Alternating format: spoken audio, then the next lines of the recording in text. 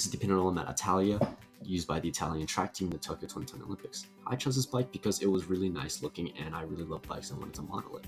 This project took around 60 hours because of how complex the surface techniques ended up being. To model this, I used pictures on Pinarello's website. The assembly consists of the frame, crankset, pedals, fork, handlebars, saddle, both wheels, as well as the chain. The cranks themselves are purely basic geometry.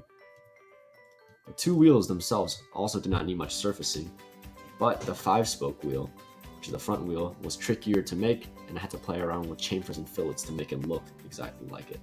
For the handlebars, a lot of surface lofts were used. I had to draw many profiles and create many guide curves just to create a really nice handlebar shape.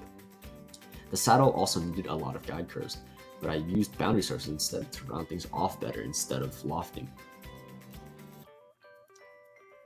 The fork started out as an extruded surface, and then it became thickened to get the shape right before being angled. The frame was an amalgamation of various techniques. Surface lofts were used to create the top and bottom tube, as well as the chain and seat stays.